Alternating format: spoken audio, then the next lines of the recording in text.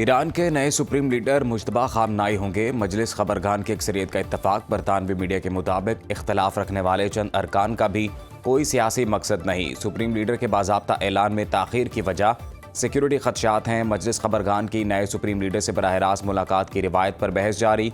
रुकन मजलिस खबरगान मीर बाकरी कहते हैं, क़यादत के इंतखाब में चंद रुकावटें अभी बाकी हैं जिन्हें दूर किया जा रहा है। इसराइली फ़ौज की मजलिस खबरगान को निशाना बनाने की धमकी। कहा, इसराइल हर उस शख्स का ताक़ुब करेगा जो नए सुप्रीम लीडर के इंतखाब में शामिल होगा।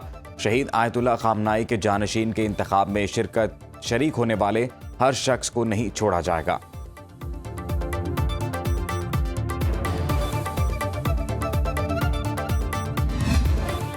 ईरानी पासदारान इनकलाब का 24 घंटे में 200 अमरीकी फ़ौजी हलाक और ज़ख्मी करने का दावा। वस्ती इसराइल में अहदाफ को बैलिस्टिक मिसाइल से निशाना बनाया। ईरानी हमलों के बाद 1929 इसराइली हस्पताल मुंतकिल। कुवैत में अमरीकी अड्डे अलादीरी बेस पर हमले में हाइब्रिड ड्रोन और मिसाइल इस्तेमाल। ईंधन ज़खायर, एयरक्राफ्ट, टेंट्स और कमांड मरकज़ को निशाना बनाया गया। अरिफजान बेस पर अमरीकी फ़ौजी हेडक्वार्टर्स पर मिसाइलों से हमला। बहरीन में नेवल अड्डे पर 21 अमरीकी फ़ौजी हलाक। हीफा रिफाइनरी और अमरीकी तेल के जहाज़ को निशाना बनाया। खलीज में मार्शल आइलैंड्स के परचम वाले ऑयल टैंकर्स पर ड्रोन हमले। रियाद के डिप्लोमेटिक क्वार्टर पर ड्रोन हमला। कतर में 10 बैलिस्टिक और 2 क्रूज मिसाइल दागे। ईरान की एरोस्पेस फोर्स ने इसराइली ड्रोन मार गिराया। पासदारान इनकलाब का मौजूदा रफ्तार में 6 माह तक जंग जारी रखने की सलाहियत का दावा।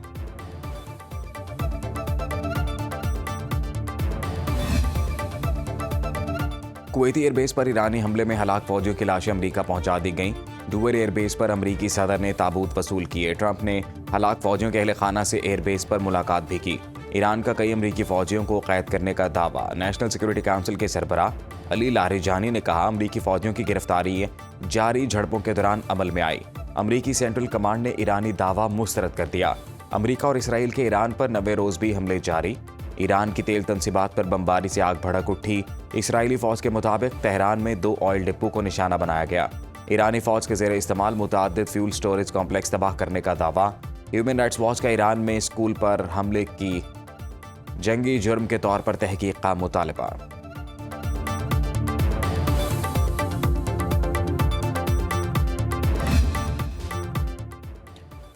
जंग के बाद ईरान का नक्शा वैसा नहीं होगा जैसा अब है। अमरीकी सदर डोनाल्ड ट्रंप ने कहा, अमरीका ईरान के साथ किसी समझौते या सेटलमेंट की तलाश में नहीं।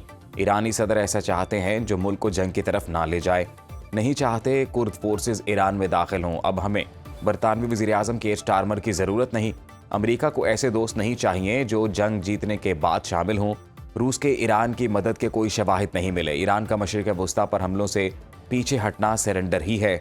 स्कूल पर हमला अमरीका नहीं, ईरान ने खुद किया। तेल की कीमतें बहुत तेज़ी से नीचे आएंगी।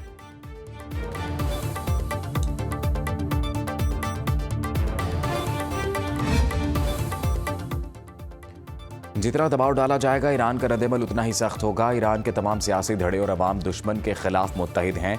ईरानी सदर मसूद पज़ेश्कियान ने कहा, ईरान धमकियों और जारहियत के सामने कभी नहीं झुकेगा। हम दुश्मन के ख्वाब डरावने बना देंगे। कौमी खुदमुख्तारी का हर कीमत पर दिफा किया जाएगा। अमरीका और इसराइल खित्ते के ममालिक को एक दूसरे के खिलाफ भड़काने की कोशिश कर रहे हैं।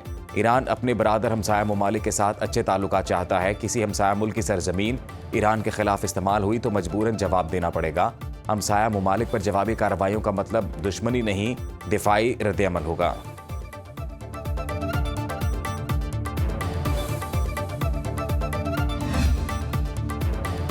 चीन की ईरान पर हमलों की मुखालफत, हमले फौरी रोकने का मुतालबा। ईरान और खलीजी ममालिक की सलामती और खुदमुख्तारी के एहतराम पर जोर। चीनी वज़ीर ख़ारजा वांग यी ने कहा, जंग होनी ही नहीं चाहिए थी। ताकत का इस्तेमाल मसले का हल नहीं। ईरान में हुकूमत तब्दीली मंसूबे को मकबूलियत नहीं मिली। जंग को फैलने से रोका जाए। बड़े ममालिक तामीरी किरदार अदा करें। अमरीका और इसराइल का ईरान में रजीम तब्दीली का मंसूबा नाकाम साबित हो रहा है। दोनों ममालिक के मुश्तरका हमले भी ईरान की मौजूदा हुकूमत को हटाने में नाकाम रहे। अमरीका की 18 एजेंसियों की इंटेलिजेंस रिपोर्ट्स। वॉशिंगटन पोस्ट के मुताबिक ईरान की मौजूदा हुकूमत का मुल्क पर कंट्रोल मजबूत है। अपोजिशन का मुल्क पर कंट्रोल हासिल करने का भी कोई इम्कान नजर नहीं आता। रिपोर्ट के मुताबिक ईरान में अब तक बड़े पैमाने पर अवामी बगावत या हुकूमत के अंदर ऐसा फर्क नहीं आया जिससे नया निज़ाम कायम हो। ईरान के अंदर कोई ऐसी ताकत मौजूद नहीं जो हुकूमत की बाकी मानदा ताकत का मुकाबला कर सके। ट्रंप के आगे सर झुकाना ईरान की क़यादत के नज़रियात के खिलाफ होगा। ये लोग अमरीकी साम्राज्य के खिलाफ मुजाहमत को अपना असूल समझते हैं।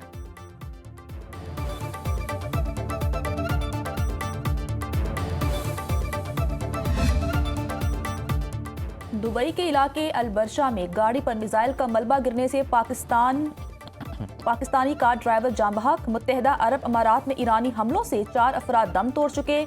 पाकिस्तानी, बांग्लादेशी और नेपाली शहरी शामिल 112 अफराद जख्मी हुए। मुत्तहिदा अरब अमारात के सदर मोहम्मद बिन जायद अल नहियान का कहना है, मुत्तहिदा अरब अमारात को कोई आसान शिकार नहीं। हमारा मुल्क इस सूरत हाल से मजीद मजबूत होकर निकलेगा। कौम हालत जंग में है, मुल्क को कौम की हिफाजत के लिए अपना फर्ज अदा करेंगे। हमले जारी रहे तो जवाब दिया जाएगा। सऊदी अरब की पहली बार ईरान को धमकी। मीडिया रिपोर्ट्स के मुताबिक सऊदी अरब ने ईरान को खबरदार किया। रियाद, तेहरान और अमेरिका के दरमियान तनाज़े के सिफारती हल का हामी है। मुमलिकत या तवानाई तंसीबात पर हमले जारी रहे तो रियाद जवाबी कार्रवाई करेगा। ईरानी नेशनल सिक्योरिटी काउंसिल के सेक्रेटरी अली लारीजानी कहते हैं, खिते में मौजूद अमरीकी अड्डे हमारे खिलाफ इस्तेमाल हो रहे हैं। ऐसे हालात में ईरान को दिफा का पूरा हक हासिल है।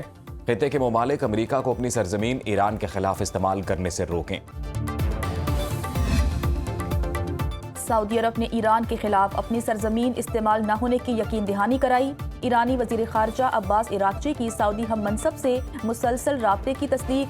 कहा, नेतन्याहू ने अपनी जंग में अमरीका को फंसा दिया। 1 हफ्ते की जंग में अमरीका के 100 अरब डॉलर्स खर्च हुए। अमरीका जंग में शिद्दत चाहता है तो ईरान ने तवील तैयारी कर रखी है। ईरान के इंफ्रास्ट्रक्चर पर हमला खतरनाक इकदाम है जिसके संगीन नताइज होंगे। अब्बास इराक्ची ने जजीरा कशम पर पानी साफ करने वाले प्लांट पर अमरीकी हमले को जंगी जुर्म करार दिया।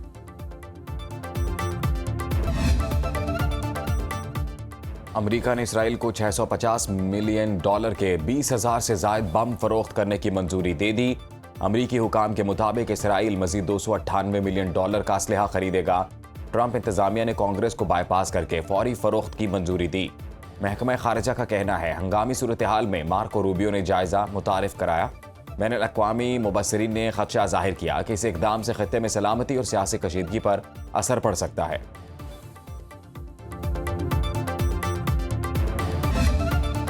बढ़ गए। अब जो एक्सपेंस हमारे पहले लगते थे उससे हमें डबल लगाने पड़ेंगे।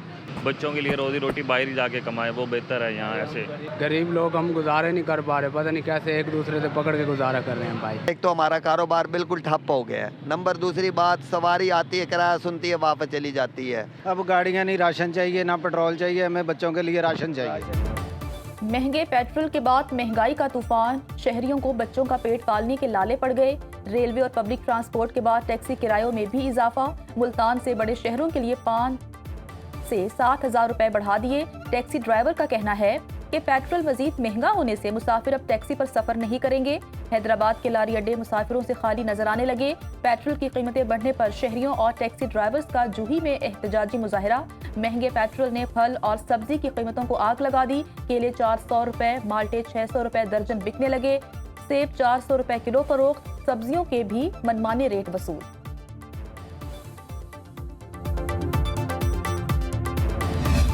बच्चे जो भी चीज़ पसंद करते हैं तो मजबूरी है, जाहिर सी बात है वो देना पड़ेगा। चाहे बाप उधार करेगा, रोज़ाना करेगा, जो भी करेगा बच्चों के लिए तो लेगा सामान। पेट्रोल महंगा हो गया है, इसकी वजह से खरीदारी में मुश्किल हो रही है। बहुत ज़्यादा असर पड़ा है महंगाई का। पूरी मार्केट में असर पड़ा हुआ है। दुकानदार के पास आप जाते हैं तो वो कहते हैं कि रेट बढ़ गया है, हालांकि उसके पास अगर स्टॉक मौजूद भी है, पेट्रोलियम मसनूआत के रेट बढ़ गया, उसी मुनासिबत से हम उसको भी फरोख्त करें।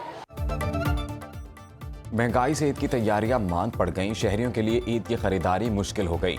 जूते और कपड़ों की कीमतों में बेपनाह इजाफा। दुकानदारों ने खुद साख्ता दाम बढ़ा दिए। बाजारों में खरीदारों का रश कम। शहरी कहते हैं, पेट्रोल के बाद हर शय महंगी होने से क़ुव्वत खरीद जवाब दे गई।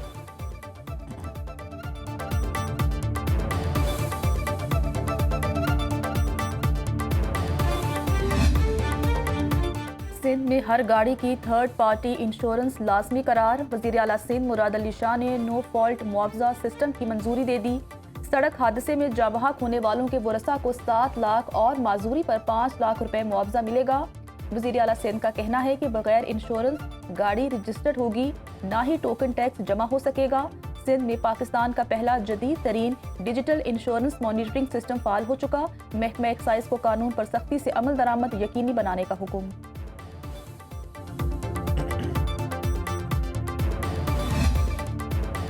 सिंध हुकूमत की जानिब से यौम ख़वातीन पर 200 पिंक स्कूटीज तकसीम। सीनियर वजीर सिंध शर्जिल मेमन ने तकरीब से खिताब में कहा, हमारे मुआशरे में मर्दों की अजारादारी समझी जाती है। फर्स्ट विमेन बैंक और first women police station peoples party ने दिया। हमने हुकूमत चलाने का इख्तियार भी खवातीन को दिया। बेनज़ीर भुट्टो ने बतौर वज़ीर आज़म मुल्क चलाकर दिखाया। पाकिस्तान को मिसाइल टेक्नोलॉजी बेनज़ीर भुट्टो के दौर में मिली। दुनिया की कोई ताकत पाकिस्तान की तरफ मैली आंख से नहीं देख सकती। सैलाब मुतासरीन के लिए 8 लाख घर बन चुके। घरों के मालिकाना हकूक खवातीन को दिए।